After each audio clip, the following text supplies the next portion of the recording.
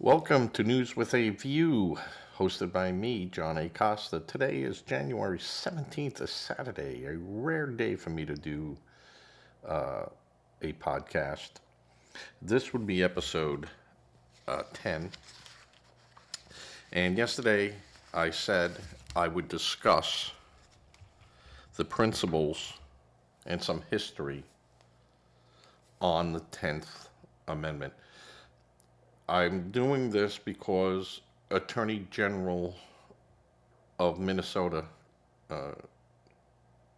Keith Ellison, is attempting to use the 10th Amendment to block President Trump from issuing orders that the National Guard be sent into his state. Honestly, he doesn't stand a chance.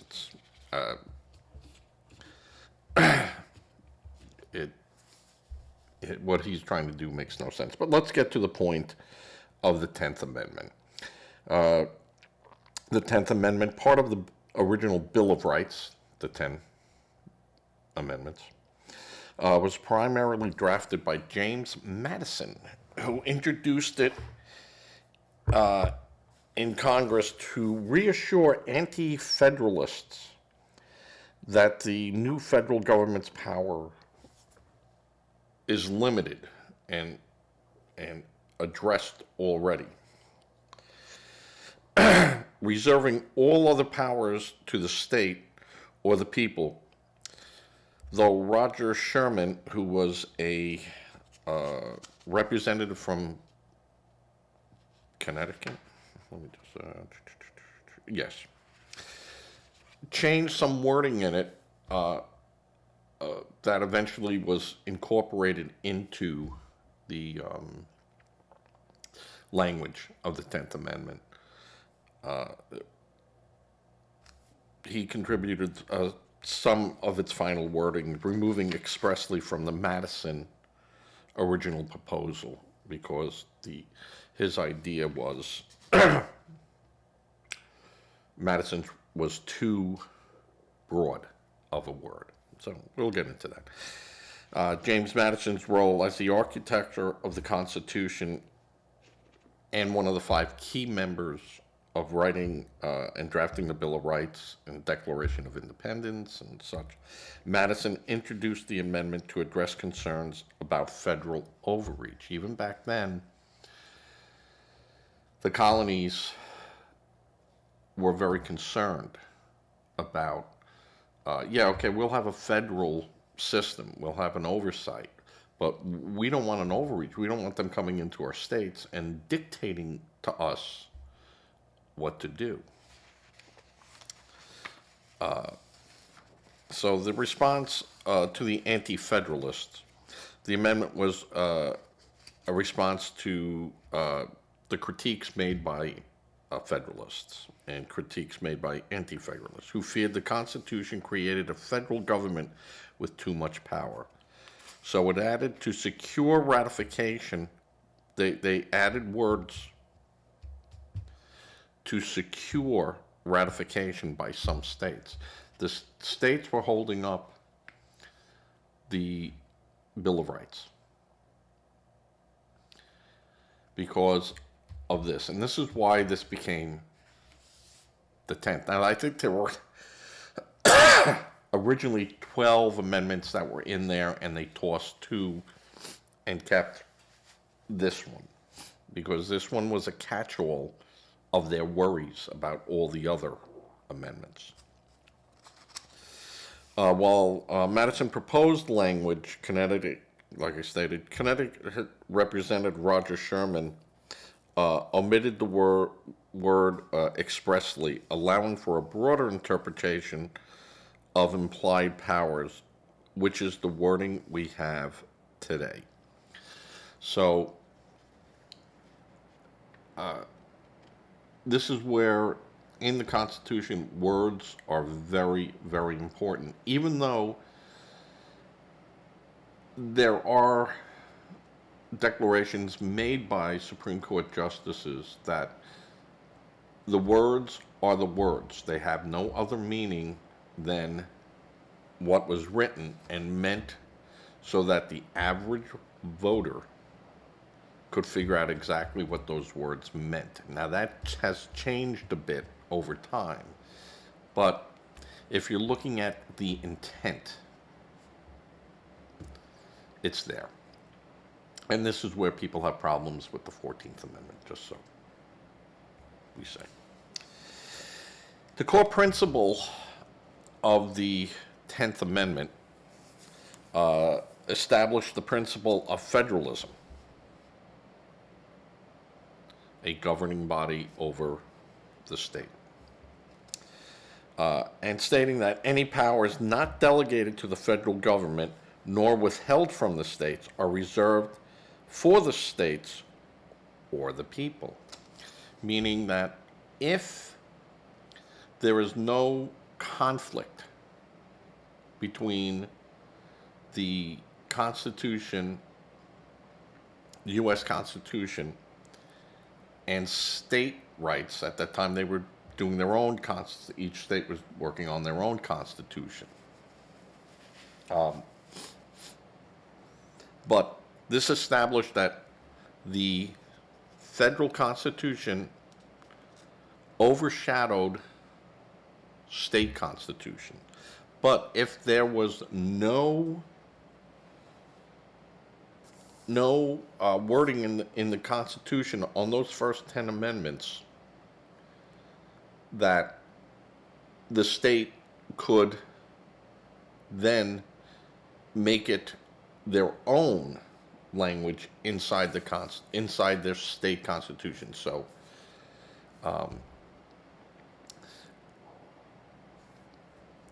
it said if the power's not there, then the state has the right to do it, or the people.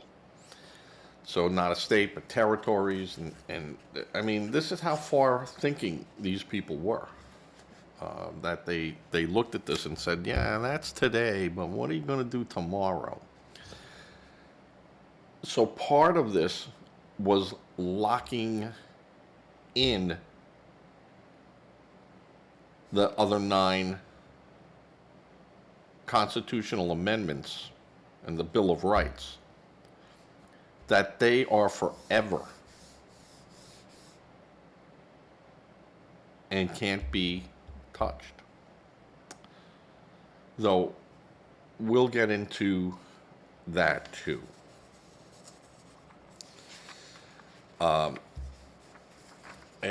This protected religious freedom. This respected a whole bunch.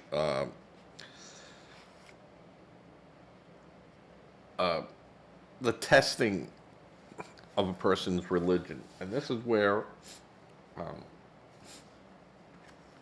I get upset when people go, he swore on the Quran, or he swore on the Jewish Bible, or he swore on a Bible. There is no religious test for office. So when people are here complaining, complain about something else, that's not a means, because if you were an atheist, you wouldn't have to do that. You wouldn't have to. You just personally swear that you will uphold the Constitution. I mean, we've had atheists. It's not uncommon. So that's the core principle, was the idea that the federal government did not have absolute power over states. States were able to make laws and a constitution as long as it was not in conflict with the United States Constitution. So, very specific. And in certain applications, state constitution could be stronger than federal constitution in its in its laws. Kind of like the Constitution is at a minimum and the state can do the maximum, but the state can't make the federal law less than what the federal law is. The 10th Amendment qualified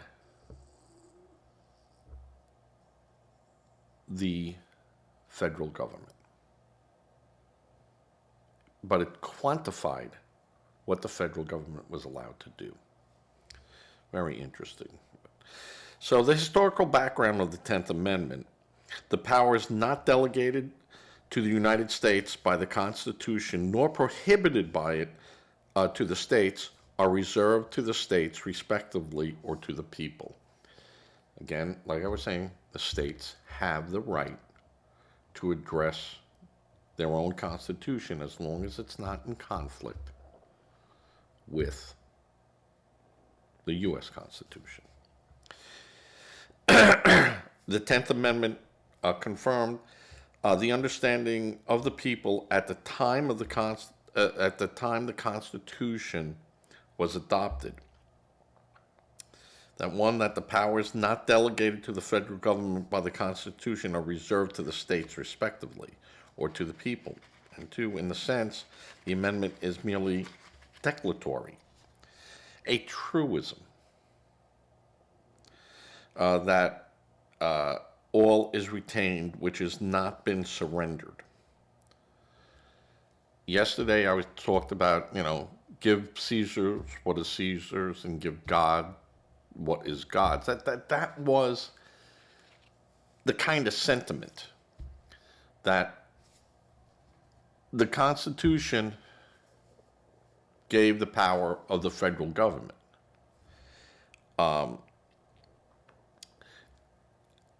But the states don't surrender to anything that is not there. The government couldn't come in and go, oh, tomorrow it's this, or this is what this means now. They couldn't just arbitrarily do that. So,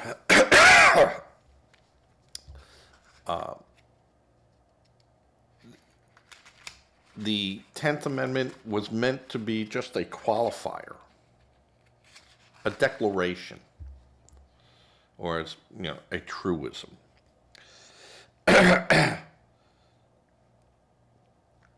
At the time, Justice Joseph Story characterized it as a mere affirmation of the necessary rule of interpreting the Constitution. Very powerful to say that this is just a means for us to identify what power the federal government has over the states. There's nothing in there that comes in through a back door without it going through the people. Being an instrument of limited and power, it follows irresistibility that what is not conferred is withheld and belongs to the state authorities, if invested by the Constitution of the government respectively in them, and if not so, vested is retained by the people as part of their residuary sovereignty. Again, limited and enumerated powers. That's what it's about. So, the 10th Amendment's purpose should be understood in the context of the Bill of Rights, of which it is part of. As originally drafted, the Constitution did not include a Bill of Rights, which was rejected when proposed late in the Constitutional Convention. Federalists argued that because the nation's government had limited or enumerated powers, there was no need to protect individual rights expressly. You already have that protection. We don't need to say, again, you need these are the sets of protection. It's already there. You have it already. Why, for instance, should it be said that liberty of the press shall not be restrained when no power is given in the Constitution by which restriction may be imposed? So, they're saying that's already we have a freedom of the press. There's nothing in there to say that we're going to restrict the press. We don't need any more language in there. You're beating a dead horse here. On this view, including a list of rights in the Constitution could be dangerous because it might be misunderstood to imply that the national government had powers beyond those enumerated, meaning that, well, wait a minute. You're saying that, maybe there's people in this that will be broader power. Freedom of the press. What happens if it's not the press, if it's something else? What happens if it's a guy on a corner? What happens if it's in a letter?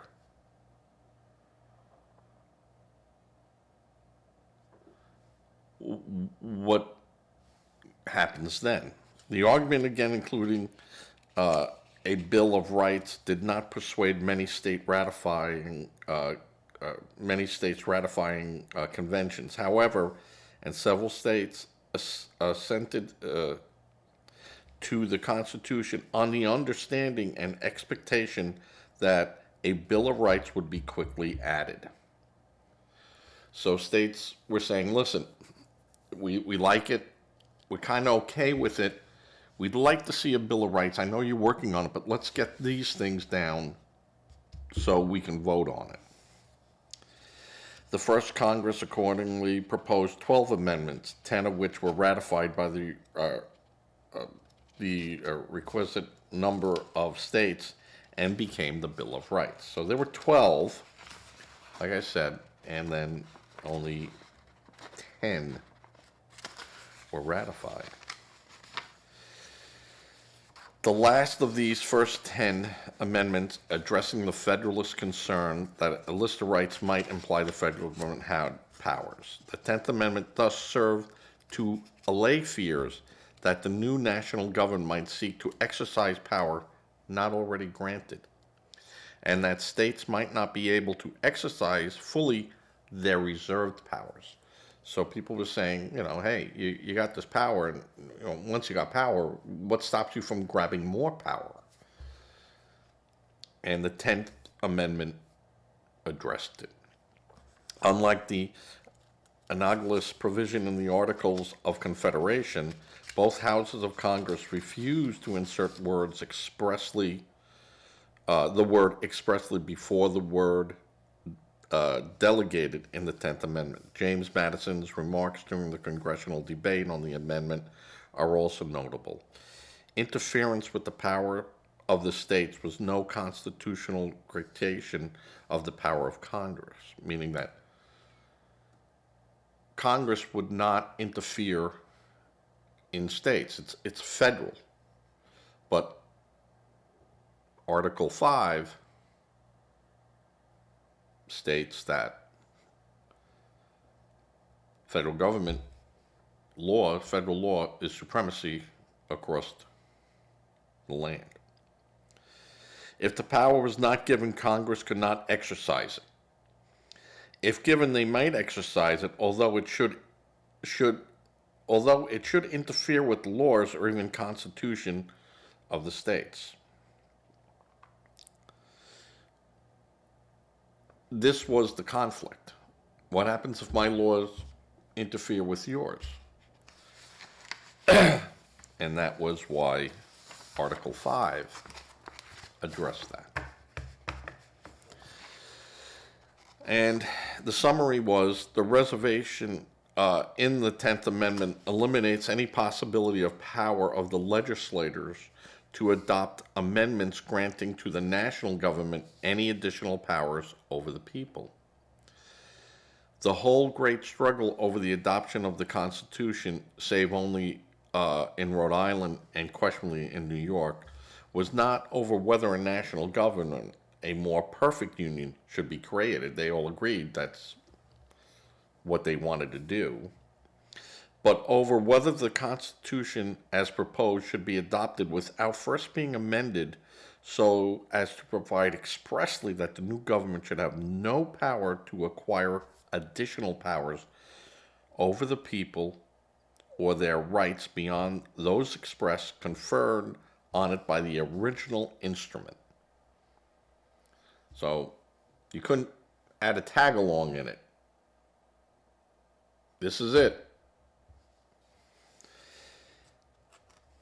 Without the express consent of the people.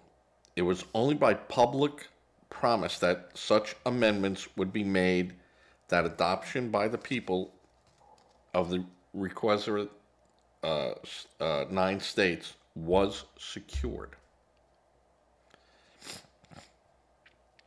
Although it was generally then assumed that the power of the amendment was limited by the terms of the preamble, the importance of express limitations of the power of the amendment so that no other construction could ever be placed on it was specifically asserted. Then go, hey, all right, we're going to do this, but understood right now, everyone in the room, this is not going to evolve into a bigger bite that the federal government can have. The first 10 amendments were adopted for the express purpose of safeguarding the people forever in these respects, meaning that you ain't changing nothing here. They're staying exactly what they are. You're not changing a word. You're not changing nothing. You're not adding to it, and you're not taking away from it.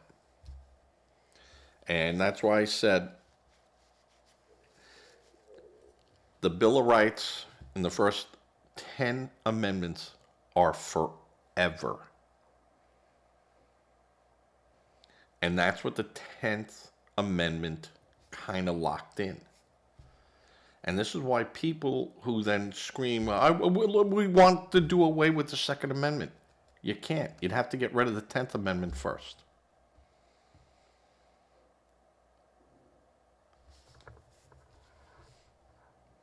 So you think about that. To change wording, to add limitations, to make those 10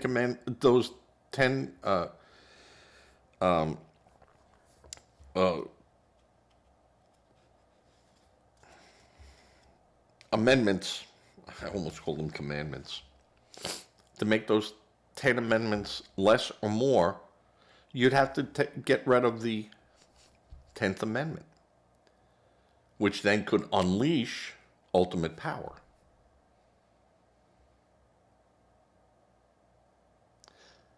The 10th Amendment sealed, forever sealed, the Bill of Rights. So, and no one can unseal that without taking away the 10th Amendment. And you go, well, how could you take away the 10th Amendment? You said you can't do that. And I would argue that even under Article 6, which allows for the repeal and amendment, you might be able to do that with the 11th, 12th, 13th, 14th, and everyone up the scale. Because the 10th Amendment didn't mention that. So, what our forefathers said with the 10th Amendment is no further. It stops here. And what is written and what is approved shall be forever. Very powerful. And that's where, I said, oh, that pesky 10th Amendment gets in the way of a lot of things. And it was primarily drafted by James Madison, who introduced it to in Congress. Again, I went through this with reassuring that the new federal government's powers were limited. So, that's it in a nutshell, the 10th Amendment. Now, craziness that's going on with people using the 10th Amendment, and the 10th Amendment had been used in, cases from like 1920 all the way now into 2026, where there's articles, where there's litigation pending on the president's authority to send troops in when the state won't abide by federal law. And again, in the 10th Amendment, it really does state in there that resources, and it doesn't say in there, it's been said by the Supreme Court that resources to allow the states can't be forced or compelled to use law enforcement to in effect do the job that the federal government should do. And this is IRS, FBI, Department of Justice. I mean, so many, including ICE. And the argument being made by Illinois and the argument made by Minnesota that, the agents are being flooded in there. Well, there's no limitation. It doesn't say you can't send in 100 agents, or you can't send in 2 agents, or there is no limitation. The idea is, can I send them? The answer is yes. The answer is yes. The president can send federal agents into any state for any reason to carry out the business of the federal government if said state does not agree to do that job for them. And they don't have to. And they didn't want to be compelled. They didn't want to be forced to. We'll do it voluntarily, but we don't want it to be forced upon us. If we feel so strongly that, one, we can't do it, we don't have the resources, or two, we find that it's a federal, that's your business. That's not part of our business, the state's business. But what the states can't do is tell the federal government you can't send them in.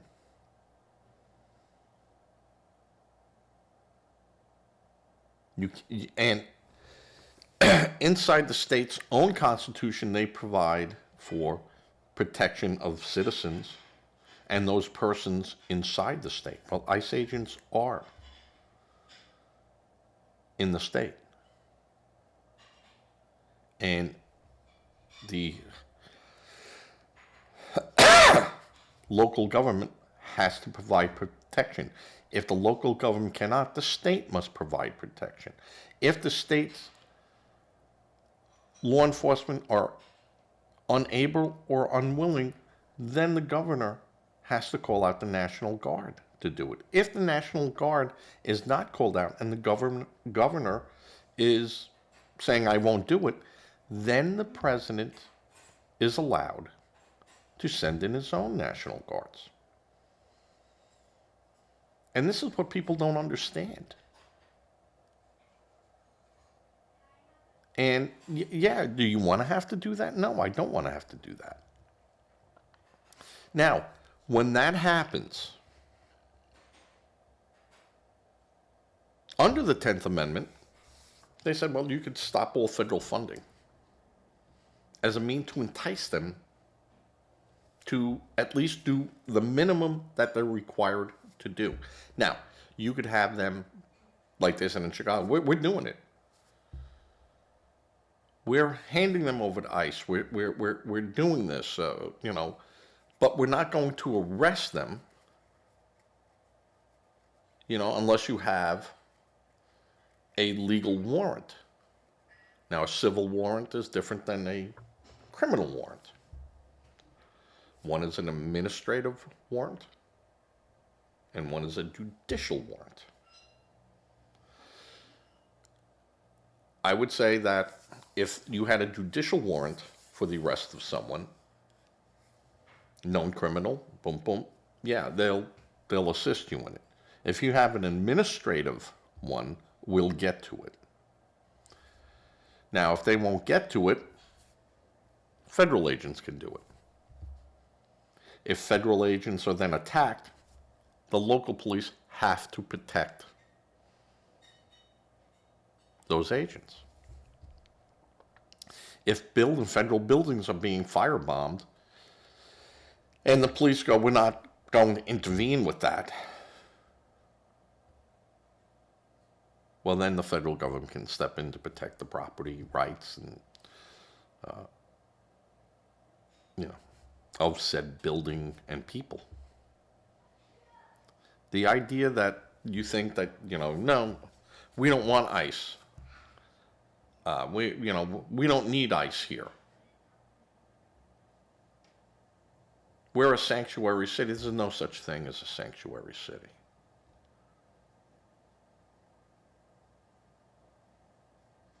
You can't have a law. You can't make a regulation that supersedes federal law. It's the law of the land. You just can't do it. So what did they do? What did the Democrats do? We will call them parolees. There's no such thing as parolees. You either had TPS and you gave them TPS, and then when they showed that none of these people had, true reasons, and we're going to remove TPS because it's temporary protection status, and, let's hear from them, and then they don't come and they don't show, and, you say, hey, you have to report back here, and, they're hiding because they will be deported in most cases. And very cleverly, the Democrats knew that the pesky Fourth Amendment would get in the way, because how do you quantify if someone's here legally if you don't know who's here? Well, you got to start asking people. Oh, you can't stop people. That's against the law. That's profiling. Very clever. But this is going to come back and bite them. It's going to come back and bite the Democrats. The other thing that I saw today, Democrats are now ratcheting up. We're going to impeach the president before the midterms. And there's a lot of Democrats going, no, we don't want to do that. And Trump now is saying, hey, if the Democrats get in, they're going to impeach me. And you voted for a 4-year president, not a 2-year president. And I'm trying to clean up all this corruption, and you want an economy. Well, we can't have this economy if I'm spending $1 trillion over here in fraud. Allegedly $250 billion in California alone. $9+ billion that they know about in Minnesota. How many billions in Illinois, in Wisconsin, in Colorado, in South Carolina? Because we don't know what we don't know. And we're not allowed to go look for it. Is that ridiculous? And who's stopping us? The Democrats. They're stopping us from verifying numbers. And they think they're going to win the election. Do you realize what's going to happen once ad campaigns start. And they'll start in March in earnest. This person, boom, boom, boom, won't let us look. Why? Why? And you'll have the Democrat. Trump wouldn't show his taxes. He doesn't have to show his taxes. That has nothing to do with fraud. The IRS looked at him and gave him a thumbs up. We're finding fraud over here. So that's going to be my next show. Now, due to situations that are going on, I might not have a show for the next week or so. Sorry, that's just the way it is. These are circumstances of a very personal nature, and I just won't be able to do it. If tomorrow I can do a show, I'll do a show tomorrow, and I'll try to incorporate a couple of shows in to be automatic release during Monday, Tuesday, Wednesday, Thursday, and possibly Friday of next week. There'll be 15, 20, 30-minute shows, and that's it, but they'll go out. I will not do a live show like I'm doing right now. This is live and going out. So, and, this is going out. No one's watching, but it does get recorded and stays as what I always call a safety record in case my switcher acts hinky.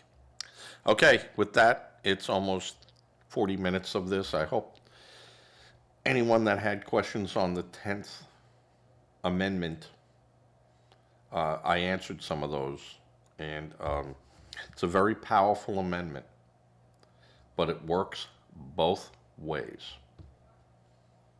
So, Bob in New York, I am sure you're going to be asking me questions and debating what I have said. And I will have to point you to exactly where I got my information from. All right. With that, please give to a charity if you can. If you don't feel like doing that, please give to a food bank.